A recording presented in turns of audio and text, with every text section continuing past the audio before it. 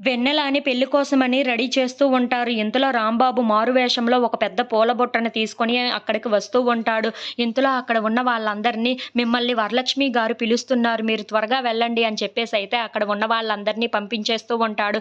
ఇంతలో అక్కడ వెన్నెల ఒక్కరిదాయే ఉండటం చూసి మొత్తుమందిని ఒక కర్చీఫ్‌లో వేసి అక్కడ ఉన్న వెన్నెలకు ఆ మత్తుని ఇచ్చేసి మైకంలో లేకుండా చేస్తూ ఉంటారు. ఇంతలో అక్కడ ఉన్న వెన్నెల మాత్రం మత్తులో ఉండటంతో తనని ఒక పూల బుట్టలో వేసేసి బయటికి తీసుకొని వచ్చి ఎక్కించుకొని తీసుకొని వెళ్ళిపోతూ ఉంటారు. ఇంతలో అక్కడ ఉన్న బుజ్జి మాత్రం ఏంటిది ఇంత పెద్ద పూల బుట్ట ఉంది అని చెప్పేసైతే ఆ పూల బుట్ట వైపు అలా చూస్తూ ఉంటాడు. ఇంతలో అందులోపల వెన్నెల ఉండటం చూసి ఒక్కసారిగా షాక్ అయిపోతూ ఉంటాడు.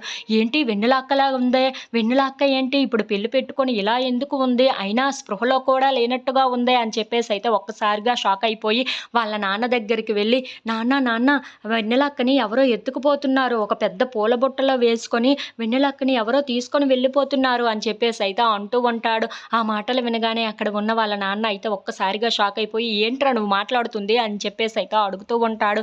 ఇంతలో అక్కడ ఉన్న వాడు మాత్రం, లేదులే అన్న, నిజంగా నేను చూశాను వెన్నెలక్కని ఎవరో ఎత్తుకొని వెళ్ళిపోతున్నారు అని చెప్పేసైతే అంటూ ఉంటాడు.